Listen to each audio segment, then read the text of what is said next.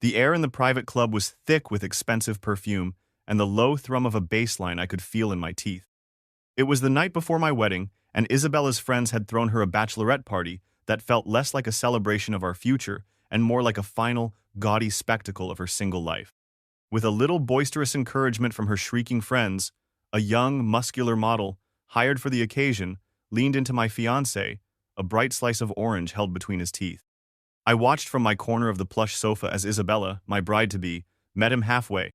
Amidst a chorus of cheers, she bit into the citrus fruit and, without missing a beat, turned and passed the remaining piece from her mouth to another man's, all while I sat right there.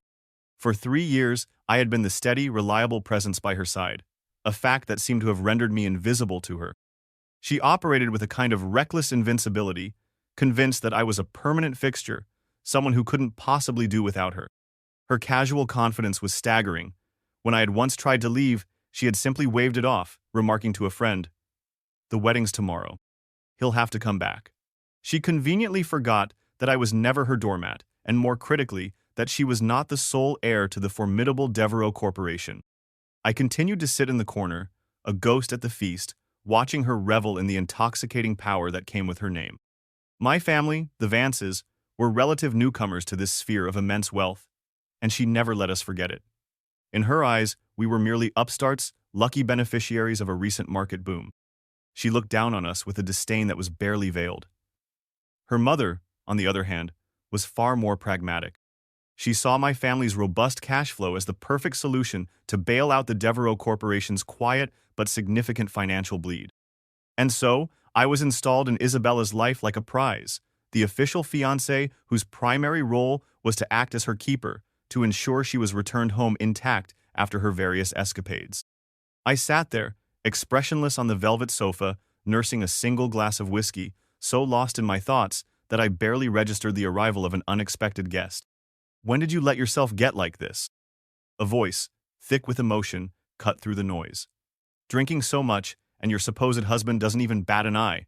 It was Liam, Isabella's ex. He pushed his way through the cluster of hired models, his face a mask of teary-eyed concern. Some of the women screamed, more in surprise than fear. Isabella just threw her head back and laughed, a wild, sharp sound that grated on my nerves. She looked at the visibly annoyed Liam and cursed. "My husband doesn't mind. So why the hell do you care?" He froze, his pained gaze flicking toward me, taking in my detached posture. He picked up a nearby drink with a pathetic, self-deprecating smile. "Fine, call me pathetic. I still care about you. I was the one who helped you heal your stomach problems, remember? Even if you despise me now, please don't poison yourself with alcohol." Isabella's face remained a mask of dismissal, but I saw her hands clench into tight fists at her sides, betraying the turmoil beneath the surface. The power of a first love, a white moonlight as they say, was a formidable force. Sensing he'd struck a nerve, Liam softened his voice, his approach turning pleading. "Isabella, I just came here to wish you a happy marriage. I won't be at the ceremony tomorrow. Please, just this once, for the last time, can you just hug me?" His eyes were bloodshot, and he kept darting nervous, challenging glances my way, his expression a strange brew of humility and defiance. The entire room fell silent, the raucous music suddenly feeling intrusive. The only sound was the faint, tinny chime from the gold miner game I was playing on my phone. I wasn't completely indifferent, of course. Everyone in their circle knew the saga of Liam and Isabella. Their history was like a script from an old, overwrought soap opera, filled with dramatic chases and tearful reunions. Contrary to the steadfast image Isabella held of him in her mind, Liam was anything but loyal. The very moment he'd gotten wind of the Devereux Corporation's financial instability 3 years ago, he had bolted, running straight into the arms of a much wealthier, older widow. He had married her the same week Isabella's mother had approached him to break things off. He became a ghost, a memory she curated and blamed on her mother's interference. His reappearance now, timed so perfectly with my family's alliance, was transparently opportunistic. His motives were clear as day to everyone in the room, especially Isabella. But knowing a thing and truly accepting it are two different matters. She preferred to cast her mother as the villain rather than admit that the love of her life had abandoned her without a second thought. Into that dead, suffocating silence, Isabella stepped forward and embraced Liam, clinging to him with a desperation that was painful to watch, as if clutching at something unattainable. He immediately broke down, his body shaking with sobs, urging her not to go through with the wedding, admitting how much he was struggling without her. It was then that he locked eyes with me over her shoulder, a direct, undeniable challenge. I couldn't avoid meeting Isabella's darkened gaze this time. I wasn't sure what she expected. Was I supposed to erupt in a jealous rage and beg her to cut ties with her ex, just as I had in the first year of our engagement? Or was I meant to magnanimously grant her this one last night of freedom before our union was sealed? In this cold, transactional game of marriage we were all playing, the choice was simple. I didn't pause for long before choosing the latter. As I returned my focus to my phone screen, I heard Isabella's low, grating chuckle, a sound laced with both anger and a strange sort of plea. "Alex," she said, her voice just loud enough for me to hear. "Just ask me. Ask me to stop and I'll listen to you." Should I beg? After 3 years of this, should I get on my knees and plead for this fiancé of mine to grant me a shred of basic decency? A bitter frustration bubbled up inside me. Isabella had forgotten something fundamental. Relationships don't just operate on begging or even equal dialogue. They can communicate in other ways too. For example, what I was doing right now, discreetly taking several clear pictures of them, locked in their passionate embrace, my thumb hovering over the send button. This form of communication is called a threat. Isabella didn't react with anger. Instead, she smiled, a cold, distant expression that treated me like a complete stranger. "Do you really think I care?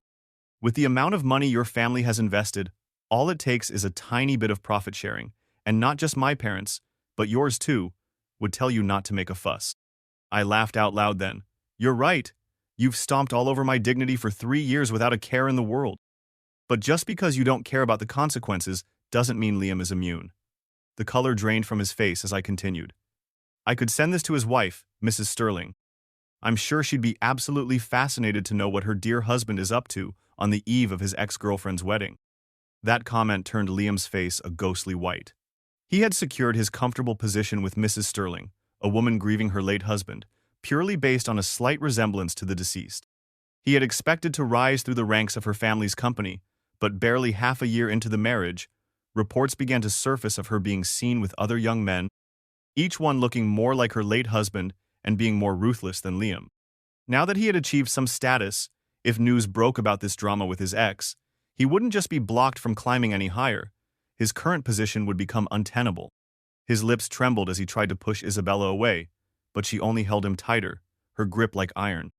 "Alex," she hissed, her voice low and dangerous. "Whether I can let go of him or not is my issue. Why are you making it hard for him?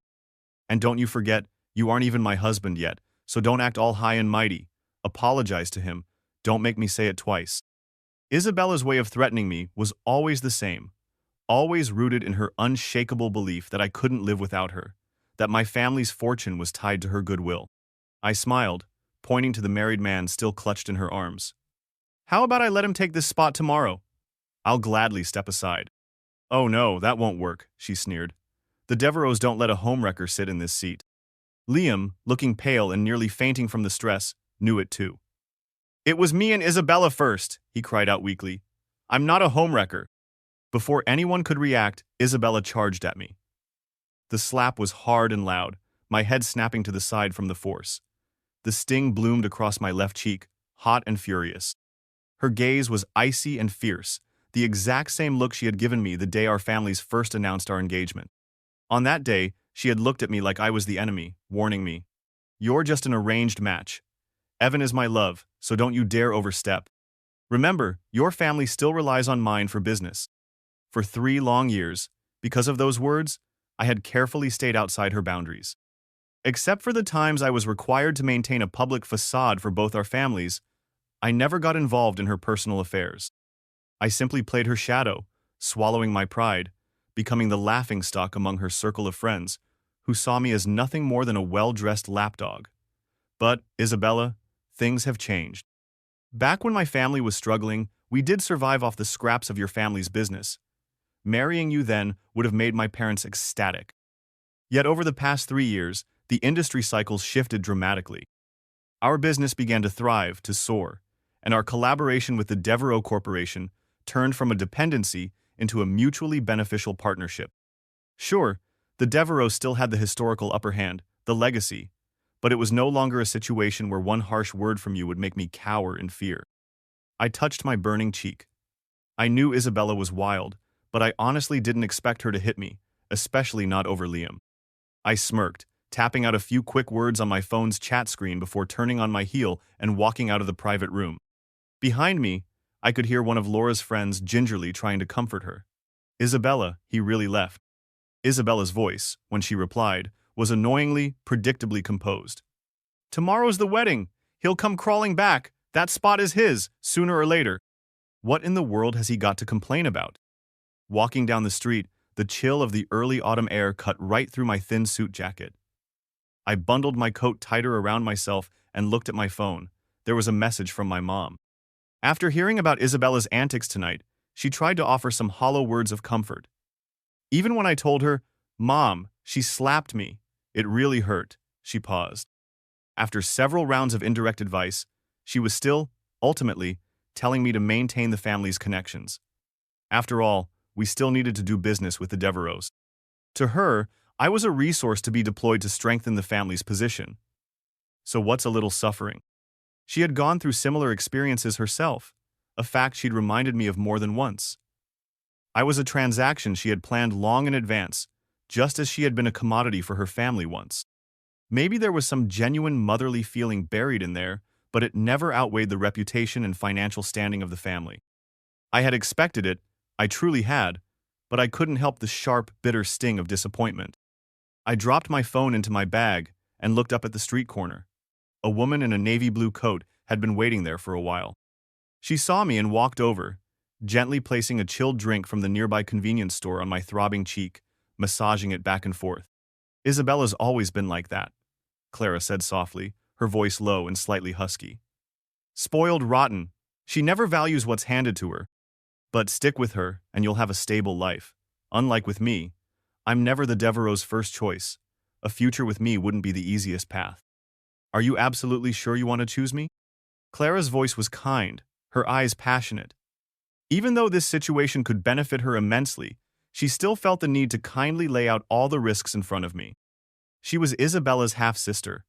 Her mother had died from complications after giving birth to her, and her father had swiftly remarried, claiming that the infant Clara needed a mom. Isabella's mother was indifferent to her at first, until one day she found a photograph of Clara's mother hidden in her husband's safe. The resemblance to herself was uncanny. It was like some twisted, real-life version of a substitute romance. From that moment on, Clara became a thorn in the side of Isabella's mother. This resentment only deepened as Clara grew up and began to shine in the business world. While Isabella, the designated heir, continued to make one poor decision after another. During Clara's toughest times, when Isabella's mom was actively trying to squash her career, she met me.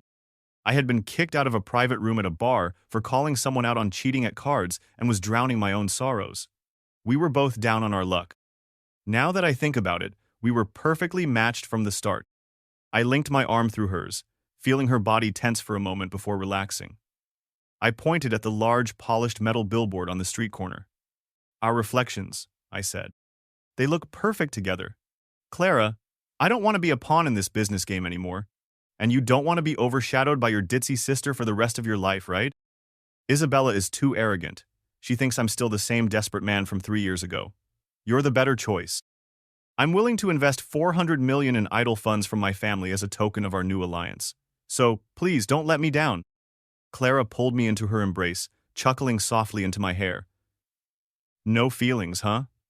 I caught a hint of something like regret in her voice, but there was no way to ask her about it. Alex, if you choose me, I don't need any sort of oath. But thank you. You know what? Tomorrow, I'll get you a gift too. How about that? Clara took me back to her small, cozy apartment that she had bought downtown. From the large window in her living room, you could see the glittering billboard of the LB Group headquarters and the huge, floor-to-ceiling windows of the CEO's office on the top floor. The alcohol still buzzing in my system made me recklessly bold. I just sprawled right on her bed without a moment's hesitation. I'm just borrowing our future wedding bed for a moment, I said with a grin. I hope you don't mind. Vivian did a quick wash-up and came out of the bathroom. I don't mind, but I honestly suggest a face mask, or you might regret how you look tomorrow. After all, you're supposed to be the main attraction, meant to outshine everyone. On the way to her apartment, I kept nagging her about what she was planning for tomorrow, what her gift was. But Clara remained tight-lipped, teasing my curiosity to its absolute limit. Now, late at night, she surprised me with her persistence. As if she were tireless, she carefully brought a bowl of warm water and cleanser, treating my face like a professional beautician. After cleaning me up, she applied a cool face mask and started massaging my temples with gentle, steady fingers.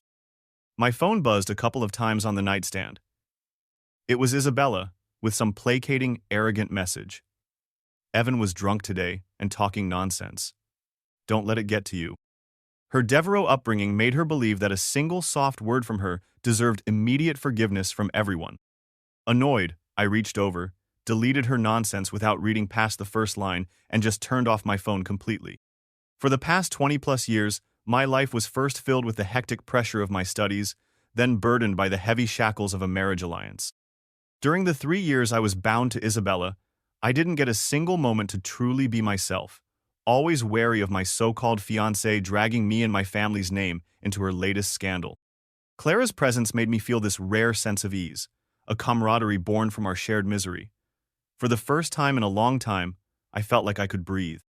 Her hands were still gently working at my temples, and my heart raced when I caught a glimpse of her up close. She was so close I could see the individual lashes framing her eyes, the gentle slope of her nose.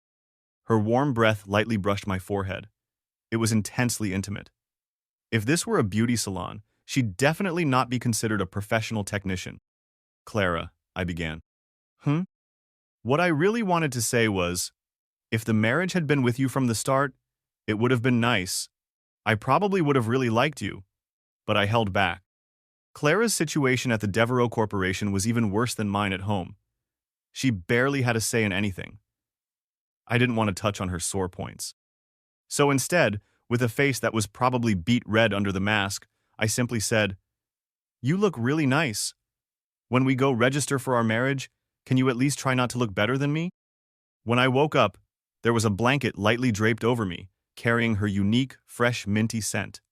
As I watched the second hand tick away on the wall clock, a deep sense of unease grew within me. A last-minute bride switch.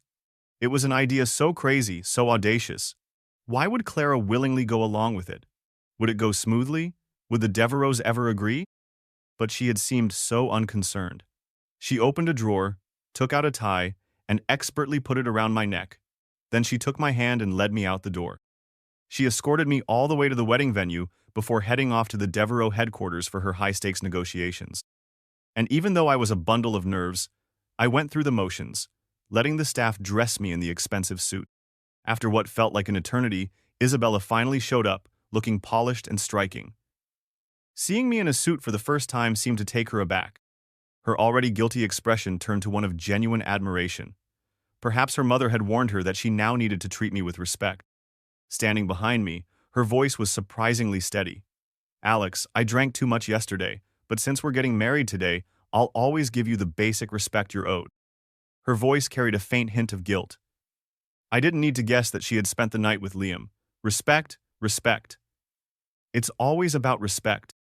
In these affluent families, as long as the public facade of respect is maintained, they can overlook all the filthy truths hidden just beneath the thin, shiny veneer. "Oh, Isabella, it's okay," I said with a smile. "You might not believe this, but I'm not interested in that anyway." Her frown deepened, and perhaps out of that lingering guilt, she unusually refrained from cutting me down with a sharp remark. She wanted to come closer, but I had the makeup artist tactfully boot her out of the room. She showed that slightly hurt, bewildered expression again, murmuring just before she left, "Alex, whether you believe it or not, Evan and I didn't go all the way last night." Kissing and hugging and sobbing in each other's arms wasn't crossing the finish line for her. She said it so casually, as if by not going all the way, she had maintained her status as a perfect, respectable woman. It was absurd. She probably still hadn't seen the news. Someone had copied the bar's CCTV footage, and pictures of her and Evan snuggling, seen through cracks in doors and over shoulders, were already sparking intense interest in the tabloids. And where the tabloids know, Most of high society will soon know. Evan's wife would not just let this slide. I could see it all coming. He would definitely try to win Isabella back, risking everything he had at all costs. My phone, which I had turned back on, was buzzing nonstop. Of course, the suit you're wearing was originally chosen by Isabella for me, don't you? Evan's taunting texts came rolling in. And in that moment, I suddenly understood what Clara's surprise gift was going to be. I couldn't help but smirk. Isabella, with your entire future and your precious first love at stake, what will you choose? With the majestic music playing and all the guests seated, I walked in my custom suit towards the center of the grand hall. Then, the planned accident happened, right on cue. Finally, I could let out a sigh of relief. Even if the wedding was just on hold, I didn't want to recite lifelong vows with Isabella. It felt like it would bring me a lifetime of bad luck. Evan, also dressed in a striking white suit, burst into the crowd, shouting at Isabella on the stage. Isabella! I missed out on you once because I was a coward! I don't want to miss you a second time! He wasn't wrong. That suit really did look better on him. It was as if it was made just for him. But he hadn't come alone. There was a woman with him, with a pretty face and a slight but noticeable bump showing under her dress. Evan looked like he was staking his claim, protectively shielding the woman behind him.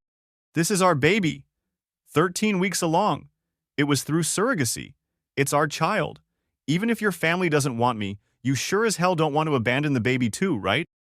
I stood there completely stunned. I hadn't expected Evan to pull the surrogacy card. For the past 3 years, I never expected Isabella to love me, and I certainly didn't think she'd stay pure. But I didn't expect her to lack even the most basic, fundamental respect for a marriage arrangement. It was ridiculous, wasn't it? The bare minimum requirement for these high society marriages isn't even fidelity. It's just, don't have an illegitimate child. And she couldn't even meet that incredibly low bar. I stood up tall, walked right up to Isabella, and slapped her with all my might. Isabella, I said, my voice cold and clear. Just returning the slap. Consider yourself lucky. If this news about Evan, who was still legally Mrs. Sterling's husband, had surfaced after Isabella and I had gotten married, it would have been a catastrophe. Forget the already declining Devereaux. It would have also hit my family hard with the wrath of public opinion. How dare she be so reckless? The groomsmen, all young, rich heirs with close ties to my family, were blunt and outspoken. One of them piped up loudly, 13 weeks and the bump's that big? She must be hiding a pillow in there. Lots of guys want to climb the social ladder these days. They'll use any trick in the book. Don't be too upset, bro. The Devereaux family members could hear the young lord's words loud and clear, and Isabella's face kept twisting in agony. Her dream love, her precious first love, was being openly labeled as a money-grubbing schemer with no scruples, and she couldn't afford to offend the influential families of the young men who were speaking. It was a bitter, bitter pill for her to swallow. Alex, I'll make it right, she stammered. I didn't. Didn't what? You gonna claim you two didn't sleep together? Do you need the media to post the bedroom photos before you'll finally admit it? But surrogacy. There's no way he would have gone through with that. He was just being reckless this time. Laura barely finished her sentence when Evan threw a whole stack of surrogacy contracts and official test results into the air. Gasps and shocked shouts filled the room. Even if the woman was hiding a pillow or exaggerating for dramatics, the contracts and lab results proved that the surrogate mother was indeed 13 weeks pregnant. The news of her affair with Evan was already hot gossip, thanks to the tabloids. Now, this.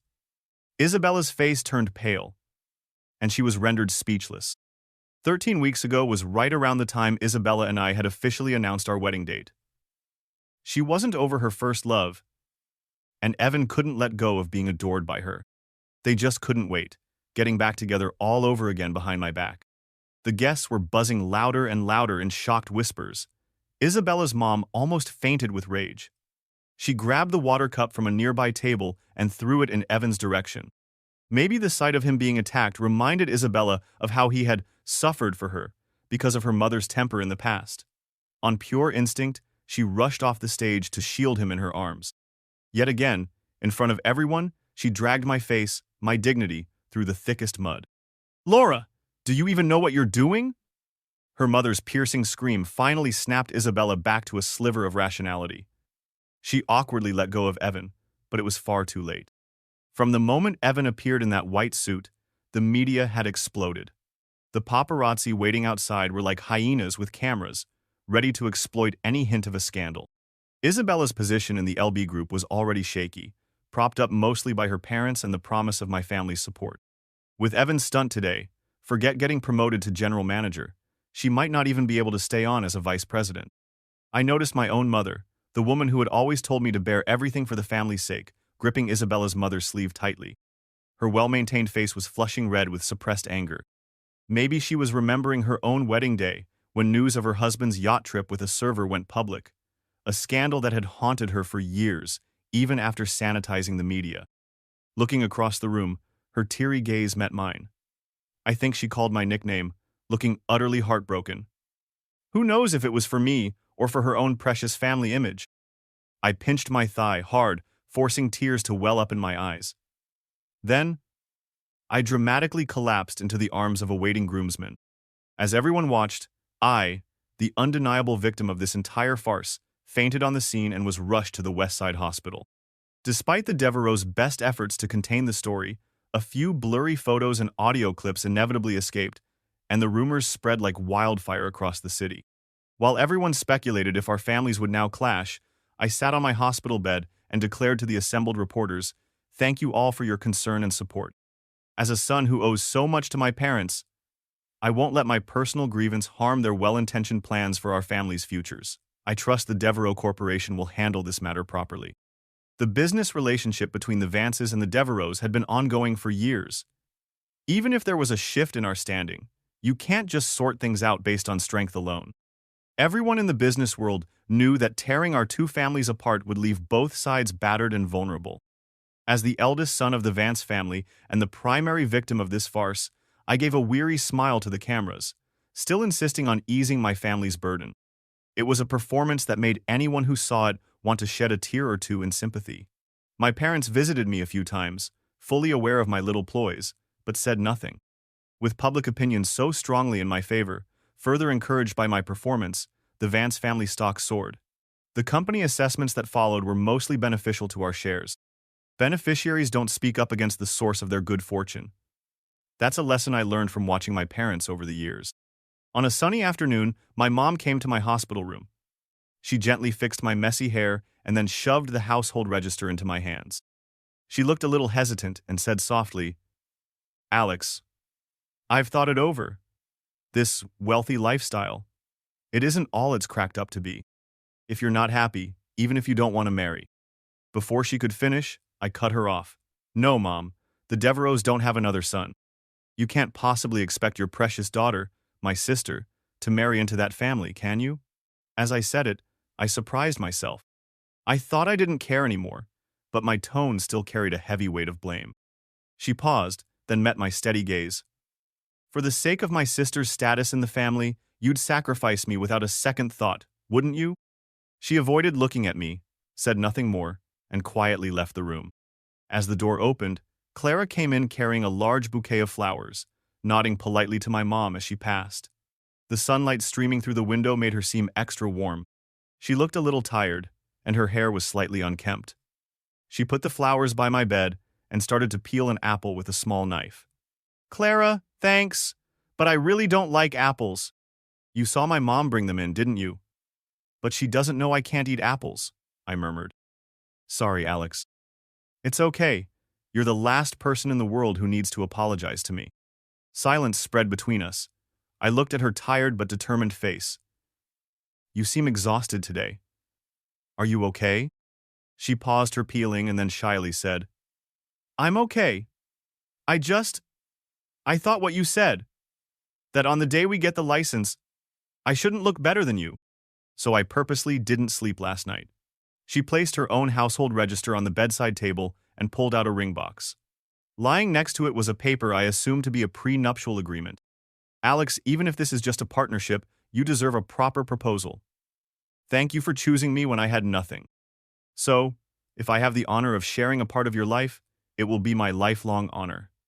She humbly kissed the back of my hand, but didn't force the ring on me. She simply opened the box. Her left hand, I noticed, already had a simple, elegant band on it, as if to say she was already willingly attached to me. The document lay open. It stated that Clara willingly gifted me 10% of the LB Group's shares before marriage. I don't have much, she said softly, but I can give you everything I have. If Isabella's mom heard this, she'd probably be furious. 10% of a publicly traded company is a huge amount for any individual shareholder. Isabella's mom had spent over 20 years trying to acquire shares, both openly and covertly, and still didn't have more than 3% to her name. I couldn't restrain my tears. I had pretended not to care for so long, to be made of stone, that when someone finally, genuinely offered me their heart on a platter, I couldn't pretend not to be moved. I will, I whispered, my fingers trembling a bit as I took the diamond ring and put it on my left ring finger. It fit perfectly. How nice. It was designed just for me. Finally, I didn't have to give up something precious to someone else. Alex, what are you two doing? Isabella stood at the door, holding a basket of apples, her face as pale as paper. Clara didn't even turn around. She just smiled contentedly after seeing me wear the ring. It suits you, she said to me. This was custom made, just for you. No one else will be able to flaunt the same thing in front of you ever again. Clara didn't even have to look at her. Her words were dripping with pointed sarcasm. Isabella's shaky voice came again. It's not what you think. I can explain the suit Evan had. He took my phone and contacted the designer without my permission. I didn't let him. Her explanation was weak and pathetic, but luckily, I didn't have to care anymore. Since the wedding fiasco, Laura had been locked away at home by her furious father. She'd really screwed up this time. The scandal at the wedding had caught the entire LB group completely off guard. If Clara hadn't handled the media response with such speed and skill, the fallout would have been much, much larger. Isabella was temporarily demoted, and Clara, being the hero of the hour, took her place. Clara's performance and abilities were finally recognized by everyone on the board. Her rise to the top was well-deserved and swift. Even Isabella's mom couldn't stop it, despite her best efforts. I heard she had yelled at her husband, "She's just an illegitimate child. Why don't you help your own daughter instead of helping her?" His response, I was told, was icy. Enough. Compared to Clara, Isabella is the unwanted one in my heart. If it weren't for your eyes being so much like Clara's mother's, do you really think you could have married into the Devereaux family in the first place? How Clara's mother died can be hidden for some time, but not forever. I've been far too good to you and your daughter all these years. Isabella's mom had apparently slumped to the ground in utter defeat. Now it was crystal clear who had won and who had lost. Isabella's mom had visited the hospital a few days ago as well, though I pretended to faint right in front of her, giving the media plenty more to talk about. Now, with Isabella visiting me again, I wasn't sure if she had snuck out or if her mom was truly desperate, sending her for one last-ditch effort. But Isabella, I gave you a chance. I gave you 3 whole years. You didn't cherish it. Who's to blame for that? Clara and I officially registered our marriage, and I smiled genuinely, for once, in our wedding photos. The actual wedding ceremony was scheduled for the next spring. We planned to leverage its publicity for the Devereaux Corporation's big new product launch. Clara worked tirelessly, juggling her new, demanding job and choosing every detail for the ceremony's decor and the guest gift boxes. I committed myself to overseeing the marketing campaign for the product launch, ensuring nothing went wrong. With the Vance family's $400 million investment on the line, I needed to maximize this resource. If the stock price rose along with sales, I'd be the happiest man alive. Whenever we discussed wedding details, she'd talk about our wedding, and I'd talk about the wedding, leading to her giving me a look full of reproach. "Do you prefer Isabella's wedding plans over mine?" she'd ask. "Drop it, Clara. Quit imagining things," I'd reply, flustered. Last night, we went through the guest gift list all night and barely slept. The next day, time was flying by, and the wedding date was sneaking up on us. But honestly, it wasn't really sinking in for me. I had this strange mix of deep happiness and an uncontrollable gnawing anxiety. I think I was starting to really truly like Clara. A lot. And the more I liked her, the more afraid I got. And the more afraid I got, the more I just wanted to run. So, I ran to my therapist's office. He told me to try accepting kindness from others, to simply enjoy the process of being happy. Relationships, he said, will naturally build and crumble. Your happiness isn't wrong, and neither is your sadness. When I was a kid, after my sister was born, it felt like my parents took all their love for me back overnight. My most vivid memory is of waking my baby sister up once while I was eating an apple. The crunching sound made her cry, and I was whipped for it. It hurt so badly, and when I cried out, my mom slapped me, telling me to stop crying and not to wake my sister again. Since then, I've been terrified of love being snatched away. I've been hiding my feelings, scared of falling into some fake, beautiful fantasy, only to wake up and find myself hanging over a cliff. But it's kind of magical, being with Clara. It feels like I don't have to tiptoe around our relationship. Before I even know it, I'm already smiling. I've started channeling more of my energy into small day-to-day things, instead of constantly worrying about when our marriage might hit a rough patch. Tonight, the wedding photo company sent us the final pictures. I picked a few and posted them on my social media accounts, almost forcing myself to take that first, vulnerable step. After hitting send, I pressed the phone against my chest, my heart pounding like a drum. Then, a moment later, Clara posted right after me, filling her entire feed with 9 different pictures of me. I had this fleeting, half-joking thought, worrying that Isabella might somehow find her way back to us through the online world. I didn't expect Evan to show up at my door before her. After getting the marriage certificate with Clara, I had moved into her downtown apartment. Hardly anyone knew where we were living. But the day after I posted my pictures, Evan somehow tracked us down and stood outside our building all day. I got home around 8:30 p.m., holding a bucket of KFC, only to find him there. He, who was always so proud and arrogant, was now on his knees in front of our door, begging me for mercy. He claimed that as long as I was upset, Isabella wouldn't give him a moment's peace. He went on about how Isabella had told him that if I went back to her, she'd send him and his child to a foreign country for life, where they'd be well taken care of. He was begging me to save him from this fate, as if it were some huge favor to me. Seeing him there, I got a little mad. Where did he get off assuming I didn't love Clara? My gaze softened a bit as I looked down at him. Here he was, just a kid from nowhere trying so hard to fit into this gilded world. But too bad for him, even after squeezing his way in, he still didn't get how things worked. Over the years, countless times, Isabella had seen me angry, but she was never really on my side. She was just taking out her own frustrations on Evan, who had nothing. Besides, why on earth would I ever go back to a woman who betrayed me so thoroughly? With a smirk, I told Evan, "Unlike you, I'm not interested in women who have betrayed me. But you don't have to rely on her. I could send you to that foreign country myself if I wanted to, and you could never come back. Are you up for that?" Evan was at a loss for words, stuck between saying yes and no. "Are you scared?" I asked, "that you'd actually never leave that place?"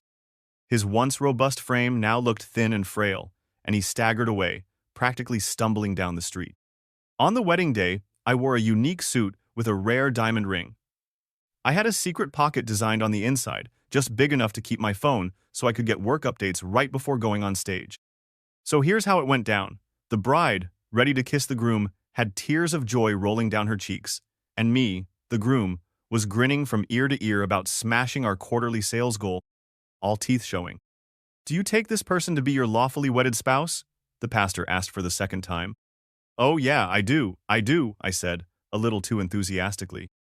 The bride, a bit annoyed at my distraction, blocked our faces from the crowd with her bouquet and bit down, hard, on my lip. We held the wedding at a private beach, not stuck inside some stuffy, formal banquet hall. Once the simple, beautiful ceremony was over, the guests hit the private beach for the reception. Security made sure no unexpected visitors dropped by.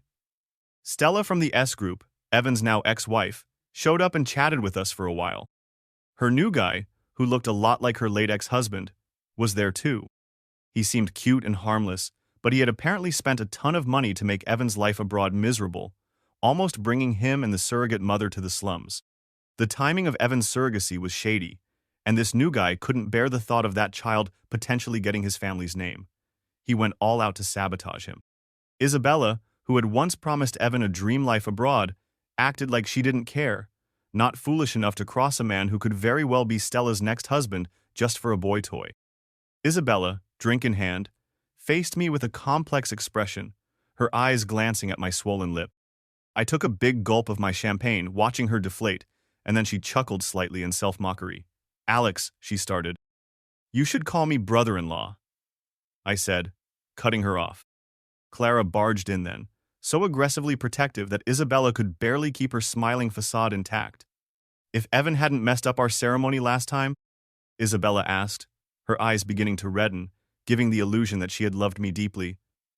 Would we have been together by now? Does it matter, though? Are you upset because your once unshakable confidence vanished as you lost both me and Evan as options? So why pretend to be so heartfelt now? But I really didn't. I had made up my mind to marry you and settle down. I chuckled sarcastically. Settling down with me means keeping your lovers and your illegitimate children in a place I can't see, like some hidden country, right? She took a deep breath and said with utmost sincerity, Whether you believe it or not, I only slept with him once when I was drunk, and I never agreed to the surrogacy. That child isn't mine. After Isabella left, looking utterly shattered, Clara wrapped her arm around my shoulder and whispered jealously in my ear, You know she's lying, right? I was the one who arranged for Evan to be there that day, and I was the one who leaked their video to the media. As long as I'm around, she was never going to have that wedding. The Devereaux always focus on security. Without my help from the inside, Evan wouldn't have been able to pull it off. You're not mad at me for ruining your wedding with Isabella, are you, honey? I clinked my glass with hers and gave her cheek a reassuring squeeze. Not mad at all. After all, the day Isabella first met Evan again at that party, I was the one who switched out her usual birth control pills with vitamins. I was right. We really are a match made in heaven. Clara, I said, looking into her eyes. I feel the same way. I've been planning this for a very long time. Clara's epilogue. Even after we got married, everyone seems to think Alex and I won't have a happy ending. Even Alex himself seems to think that sometimes. At a recent cocktail party, a few sleazy businessmen, trying to suck up to me, discreetly handed me a key card. On the back was a young man's phone number. The implication was nauseatingly clear. Alex didn't seem jealous at all. He was busy chatting with his secretary, while I felt a sharp pang of jealousy myself. Maybe he doesn't know, but I've liked him for a really, really long time. Years ago, when he first visited the Devereaux with his parents, he was treated like a product, a chess piece in a series of business dealings. But his eyes were so bright, full of both ice and fire. He was like a resilient weed, thriving in the harshest environment. I didn't know what love at first sight was back then, but my heart raced uncontrollably whenever he was near. I found out his family had a sister 10 years younger than him who was considered the sole heir simply because of her gender, despite her complete lack of ambition. Even a passerby from the Qing dynasty would call that a feudal, outdated practice. My father and my aunt thought his family had become wealthy too fast, that they were just nouveau riche and unworthy of Isabella. So, they pushed me forward as a potential match, as if to insult me with the son of these upstarts. What they didn't know was that while I was pretending to be offended on the outside, I was secretly overjoyed on the inside. Turns out, in moments of extreme joy, people can become careless. Isabella somehow saw through my feelings and insisted on switching the arranged marriage partner to herself. For the next 3 years, I had to watch Alex suffer humiliation after humiliation at Isabella's side, my heart aching but utterly powerless to change the situation. I stayed not too close, yet not too far from him, climbing up the corporate ladder with the single-minded hope that one day I could be his choice. My efforts weren't in vain.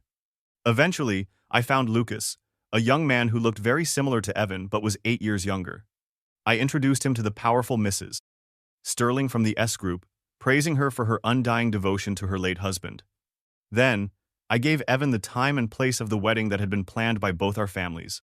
Sure enough, Evan, who was no longer favored by Mrs. Sterling, broke down immediately and went to find Isabella. When I received Alex's text that night, saying he wanted to collaborate, I almost crashed my car into a utility pole in my excitement. Like a peacock, I wanted to show off everything I had for him. The day I proposed to him in the hospital, he asked why I looked so tired and nervous. I just said it was because I was worried I would look better than the groom on the day we registered our marriage. What kind of lame excuse was that? The truth was, I had been too excited to sleep the night before. I had even gotten caught by my butler while I was practicing my proposal in the mirror and ended up bumping my head in a panic. But none of that mattered, because he said yes. He said he had been planning this for a long time. But he doesn't know that in all the time he didn't see, I was also working hard, moving heaven and earth, just to get closer to him. I snapped back to reality at the party, returned the key card to its sleazy owner, and pulled a fellow attendant into a corner, instructing him to blacklist those men and their companies from any future dealings with us. The doe-eyed secretary came over to me. "Mrs. Vance," she said, "it's been a while since I've seen Mr. Vance smile like that. The last time was when he mentioned making another company go bankrupt last fall. I promised the secretary a raise in exchange for putting in a good word for me around Alex. After all, Alex is a workaholic and probably spends more time with his secretary than with me." The secretary then told me that Alex had already instructed his team to make those men who offered the key card pay dearly for their insult. Turns out, he cares about me so much, I'm happy again.